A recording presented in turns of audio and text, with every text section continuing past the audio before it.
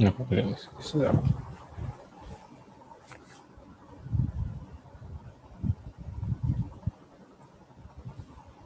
hello and good morning, everyone.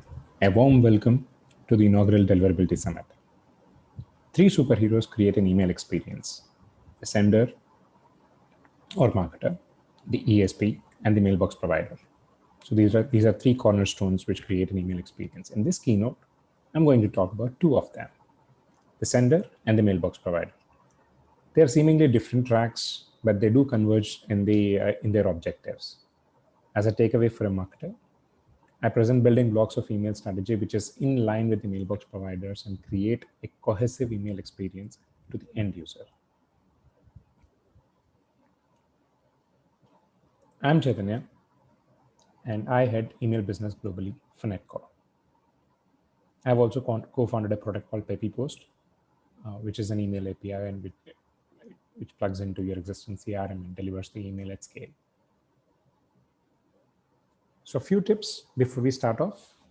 You're free to take screenshots, post content on social media, and the only request that I have is to use the hashtag for the love of emails. Moving on, let's talk about our first superhero, which is the mailbox provider. As a and as an anti-spam guy, I used to be an anti-spam developer for quite a long time. Uh, as an anti-spam guy, my only goal was to protect users' mailboxes from unwanted email or spam, or there's no fixed definition for spam is a very subjective thing, and a mail which is genuine for me might not be or might be spam for my friend, or or vice versa. So uh, most of world's email is spam. That's the biggest challenge with email as a channel. Most of world's email is spam. And when being on the being a spam fighter, right? Or it used to be always like being in a Resident Evil movie, or in a Walking Dead type of scenario, right? So you would definitely see a never-ending load of spam that's hitting your walls every now and then, new patterns every time, and you need to be um, constantly monitoring, constantly looking out that there's no leakage that's happening. See, the users mailbox are very precious, right? So that's a repository of entire digital entity of a user. Let's say if that gets compromised, a lot of things for a user can get compromised, including the bank details or something. It could be a financial detail, it could be personal content, it could be a very personal detail, it could be anything, right? So that's protecting them is of utmost importance. And there are different kinds of threats that usually plague a mailbox provider. And this entire you know universe of spam, let's say, at one point 91% of world's email was spam. I'm sure it has gone down recently, but it's still, spam is still a dominating percentage in the email volume that goes out, that flows on the internet. um, so in this overwhelming scenario, I think new senders are always treated with suspicion. um, despite that, I think the technologies that the mailbox providers use, the spam filters that they build, are usually 99.9% accurate. And when I was doing anti-spam, I think it was like a benchmark that we have set. Any filter that goes beyond 99.997, we used to just let the emails go and land in uh, uh, go in spam folder, if we are not that if you're not sure about whether the mail has to be blocked. But the spam filters are at least 99.9% accurate in today's world, right? Still, even with that high level of accuracy, a bunch of legitimate or a few legitimate emails get caught in the crossfire. The challenge is because of the scale of spam that we're talking about. Every day, about 300 billion emails that flow on the internet, uh, uh, and um, most of it is spam. And at that on that scale, I think even a 0.1 percentage of inaccuracy can lead to a good number of emails, or a high number of emails going in spam, high number of legitimate emails going in spam folder. Let me put it this way, right? Um, so, but on the other side, when I talk to marketers, or when I talk to senders, from time to time, I get to hear some of these statements, right? We are a political entity, or a government agency, or a bank, and therefore all our emails should deliver to inbox. They feel entitled. I think there are definitely some agencies, or the entities that feel entitled, that all of their emails should be delivered to inbox no matter what. um, we send emails with offers to our customers, but my subscribers always get them in the spam folder. you know um, and similarly, all my users are subscribed. I've verified all my users. I send a confirmation email, but when I try to send emails to them, a bunch of my emails land in spam folder. I follow all the best practices, but still my emails go to the spam folder. So there are a bunch of these scenarios that come to me time to time. And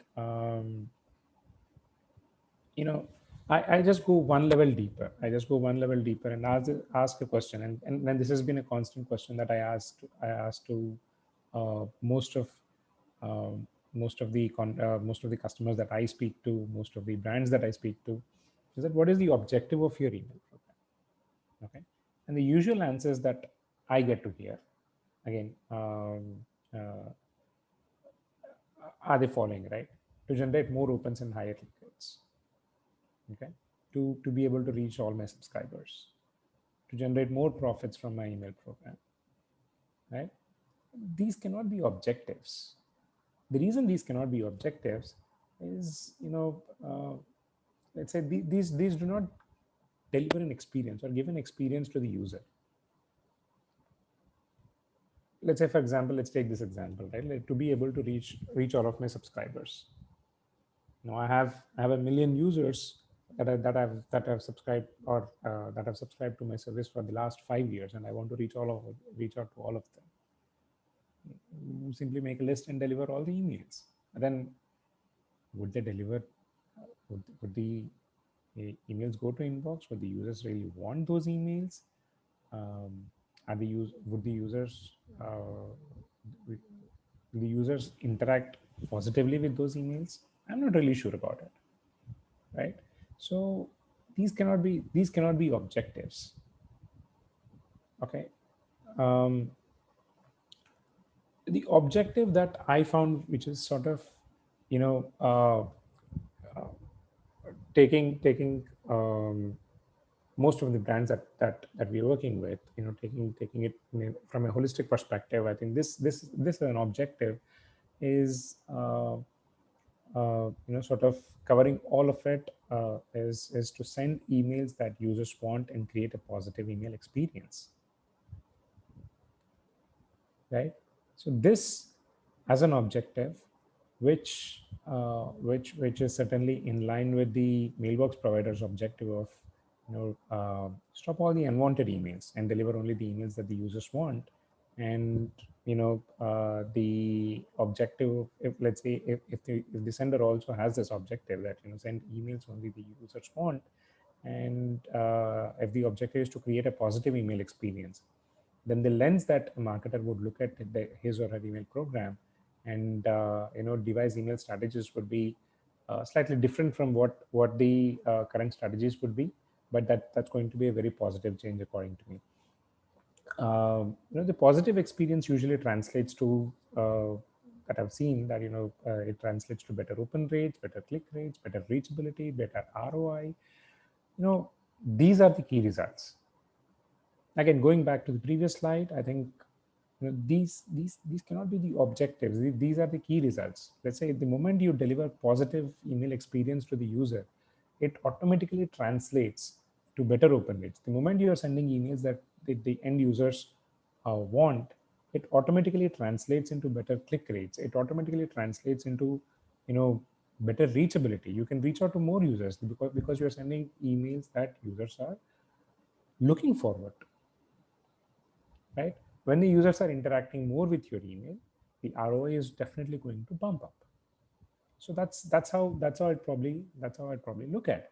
So an objective should always be in the lines of creating a positive email experience. If you don't take this qualitative metric into uh, into into uh,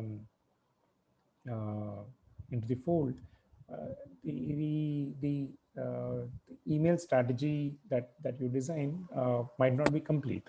There's always that missing element, right? There's always that missing element.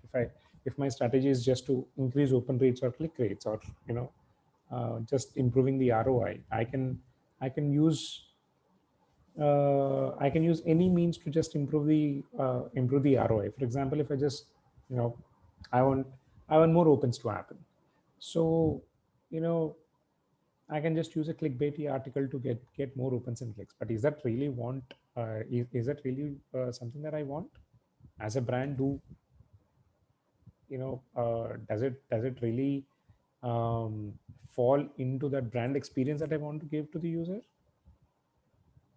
Yeah, if answer to a question like that is that I want to deliver a positive brand experience to the user, then um, the lens that you know you build an email strategy, or the foundation on which you build an email strategy, should be different, should definitely be different, right?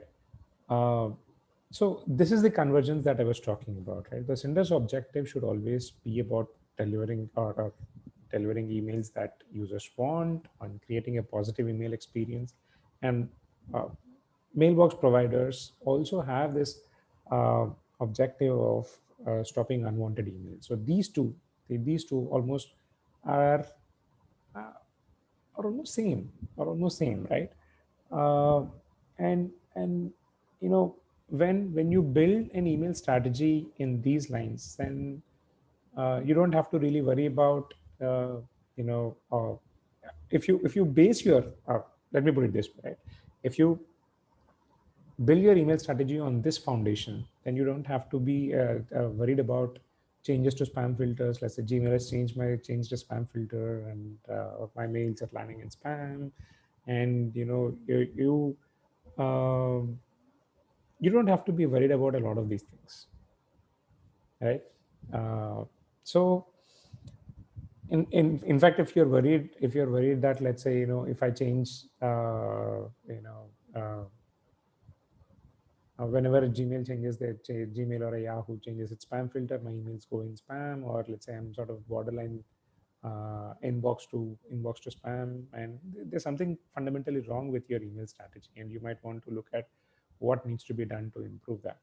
So let's take one step ahead and see what needs to be done to build such an email strategy. How to build such an email strategy, right?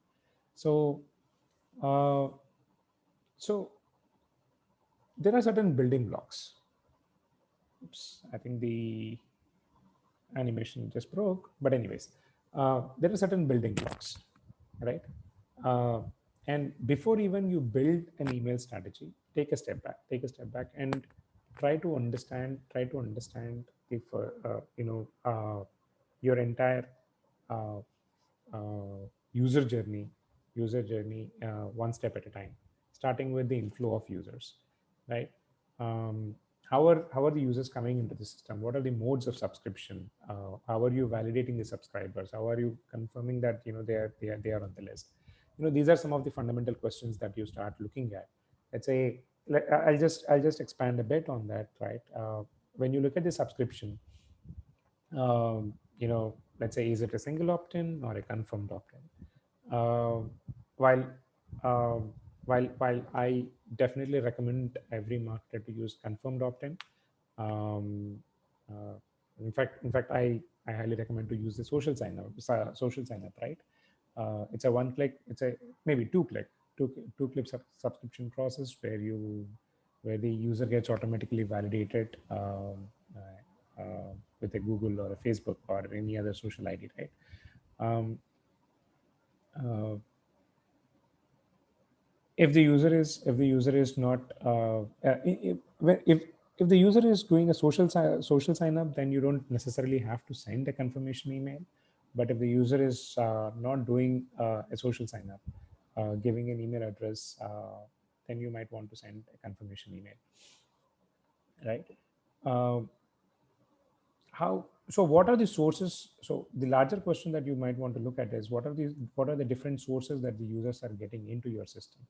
Let's say, how qualitative are they, right? So we often find that, if there are like 3 4 different sources the that users come from to sign up, we often find differences in qualities in each of these sources.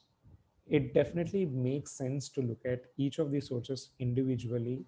Let's say people who are coming directly from website, people who are directly coming from app, people who are coming from some referral program, people who are coming from some affiliate program. I don't know. So it can be multiple other programs that you might be running on social media, right?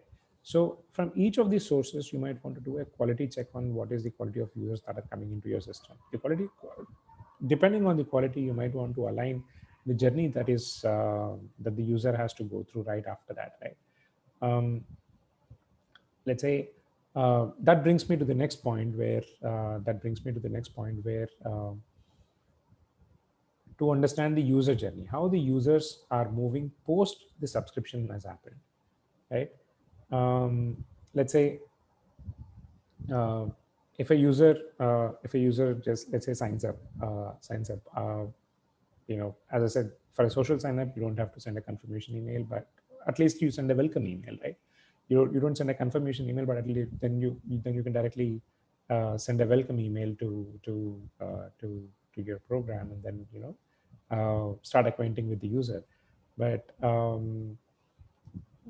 after that, how the user is interacting with your emails is something that you need to understand. The first few emails are very, very important.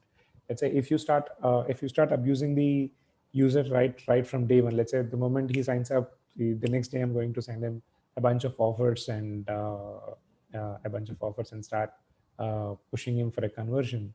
So what we have seen is that if the content is very pushy, if the content is not engaging with the user or not resonating with what user is expecting, we see more than half of the users that come into the system simply subscribe within the first 1 week itself, right? It was roughly about 51 52% with the brands that we have tested, and I think that's one clear takeaway, that the moment user comes in, don't bombard the user with a bunch of offers that you have, right? So try to understand whether what the user's interests are, and align your content with those interests, or at least in the first few emails. Let's say, for example, I understand that not every user will leave enough footprint for you to actually understand or draw a behavioral pattern of the uh, uh, of the likes or dislikes of the user. But uh, but you can simply start with some subtle nudges, right? You don't have to be pushy from day one. Start with subtle nudges, and maybe get the user explore all the products that are there on your website, or explore, give choices to the user, asking him on a separate email, saying that what are those top 3 things that you're interested in our wide array of products, right? So these are some of the ways to these are some of the nudges that you can do in the first few days to get to understand to understand the user behavior or get some pattern out of it. So at least when you do, so what we have seen is that when you do a softer nudge in the first few days, at least in the first 15 days, when we did softer nudges, we have seen we've seen the user unsubscription rates uh, have have have come down have come down significantly, right?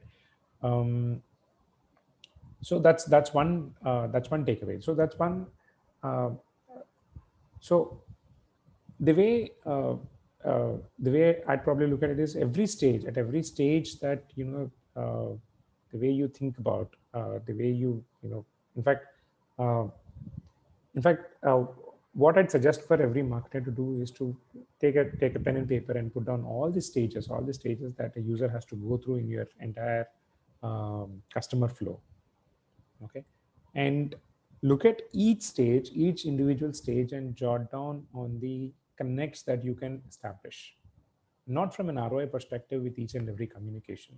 It need not be from an ROI perspective. It can be um, a nudge or giving confidence to the user. For example, if the user has added products to the cart but is not completing a purchase, the usual behavior is to send a cart abandonment email, which is fine, correct, which you should do. I'm not saying no to it. You should definitely do it, right? If you're not doing it, you have to implement it right now, right? But at the same time, address any softer apprehensions that the customer might have. Let's say, for example, um, let's say if the user is not comfortable in doing an online transaction, so you can simply nudge the user to do give an emphasis on security, saying that how secure the transaction is, and give the user a confidence level. The problem could be with the delivery also. It could be any challenge, right? So giving that confidence at that point of time to complete the transaction definitely helps. Now, with that, email itself need not be an ROI driven, but each and every nudge, each and every positive nudge that you do to a customer at any point of the transaction or any point of a customer being in your funnel, it definitely uh, adds up to the overall ROI ROI or profits that you're making out of your email program, right? Um, for most of these, ESPs give you tools. So ESPs like Netcore and many other ESPs out there, they give in-depth tools to understand this user behavior and derive insights from those software signals that the users give. Or if you want to orchestrate a complete journey, there are tools to orchestrate this journey, the journeys too, right? The goal for any marketer is to get as many or make as many brand fans out of every user. Okay. um, so this is one you know uh, term that I really like, that while the users would definitely be interested in getting certain products. If you see, you can definitely maintain a you know tactical communication with the user, saying that these are the offers and these are the things, and you might be interested in buy it, right? But if you nudge the user in right way, what you get is a brand fan or a best customer, in other words, right? So these guys become your um, promoters, in a sense, that so they recommend you to their near and dears, and then that is stronger than any other marketing channel out there. The word of mouth is stronger than any other marketing channel out there. So this is one strategy when you implement or when you look at your entire email program from a lens of creating a positive email experience, and build each and every communication around that objective, that is my communication going to give a positive experience to the user? If yes, then I'm going to schedule this communication. If not, I'm not going to do this. right? If you look at all of your communications, all of your email program from this lens, and then um, if executed right, I think this is going to give you a lot of brand fans, um, and a lot of positive brand equity, right? um, a sample implementation that I've sort of put together, that a sign up. This is a a typical user journey in the funnel, and different stages that I've just marked out, earmarked.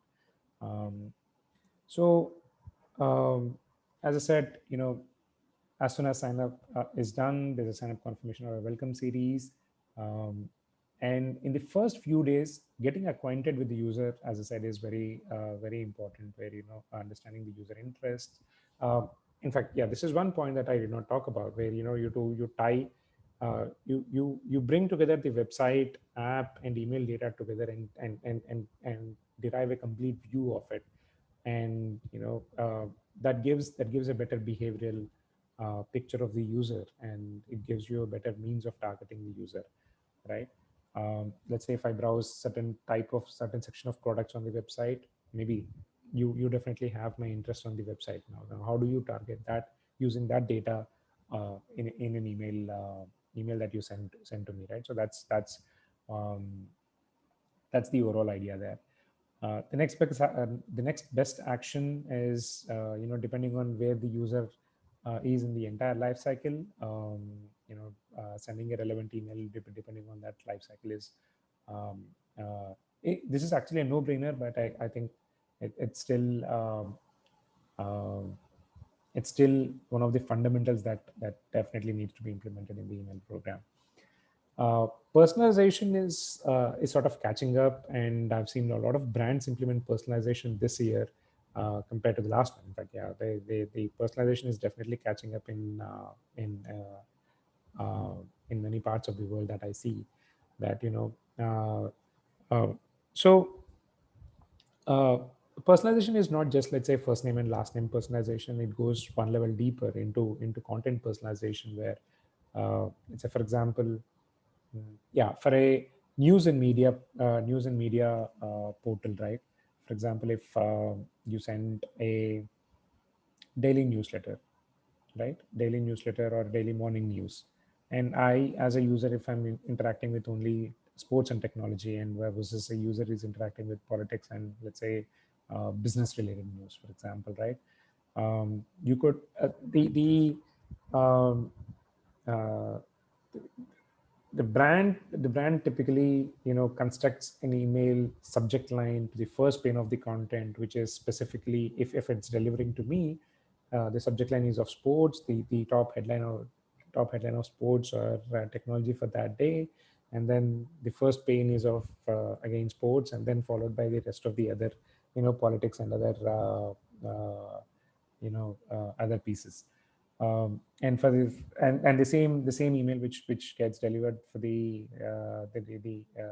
the other user who's interested in politics. The subject line is politics, and the first pane is politics, and then, maybe sports and technology is somewhere below the uh, somewhere below in the email, right? So this level of personalization based on the user behavior, and same applies with the e-commerce also, right? On In the entire catalog of products that I'm getting, if I'm clicking on certain section of products, then, my content gets automatically aligned to highlight, or the hero image and the highlights come from that section of products compared to the others. So this level of personalization is catching up with most of the brands that we are working with, and this is definitely adding up to the overall ROI that they are getting out of email program. And the positive impact of this is, there is definitely more affinity with the user. Let's say user is definitely resonating with the subject lines, the first pane of the product. So there's a definite resonance that's happening. So uh, and while this is catching up, I see, I see this is yet to get to a wildfire kind of stage right now. I think that's one call to action for all the marketers here. Um, uh, in any email program, from time to time, you need to get feedback. You need to definitely get feedback from time to time. The reason why you need to get a feedback is that most of the email programs that marketers construct, it is um, it is by imagining a an ideal customer profile, right, which is closer to them, or an ideal customer profile which in reality do not exist. Like, these are like certain attributes who is desperately in need of this brand's offers and something like that, right? uh, the real world users are completely different. Um, there are different users interact with your emails differently. Some users interact with your emails extremely well, and some users, you know come and go from time to time, and some users don't even interact with your emails. But it is important to get feedback from each of these sections of users from time to time. The reason why you need to get a feedback is, let's say, if there is a section of users that are interacting with your emails uh, significantly, in a heavy interactions, right? So and they also turn out to be your best customers, right? They contribute to higher purchases. They contribute to higher engagement and reputation for your brand. If they don't if any of those users are churning out, then there is something seriously wrong with the content strategy that you have, that you're reaching out with, right? So that's something I'd ask every marketer to look at. Take feedback from each of the sections of users. Suppose that the users are not interacting, a bunch of users have reduced interactions, but you should know why they have reduced those interactions. While there are definite signals that you get from the ESP, you should there's nothing that compares to a real world interaction to reach out randomly and figure out why they are not interacting with your emails, right? And for all the best customers that you have, build a best customer program, right? So they all users are not equal. So that's true for any brand, that all users don't come in equal weightages. So there are some customers who weigh more uh, in terms of the value that they add to your email program and also to your business. And there are some customers who do not add more value. You need to build different programs for each of these segments. So that's how I probably look at constructing your entire email program, right from the moment a user is signed up, going through different stages. While this is in no means a complete email strategy, there are a bunch of sections, a bunch of sessions that are lined up, which will cover most of it. The intention of this talk is just to give you a basic understanding of how objectives of, let's say, a mailbox provider uh, and a sender are almost the same, right? And for marketers to look at slightly from a different lens compared to what they've been looking uh, which aligns the overall objective to what mailbox providers also have, and in a nutshell, it creates a positive experience or email experience for the end user, and also present with a sample strategy that you can probably look at and then take it and implement in your current email program. So that's the core essence of my talk today. I hope I hope I've added value to the overall conversation that the email program that you ran. If you have any questions, thoughts, please feel free to ask now.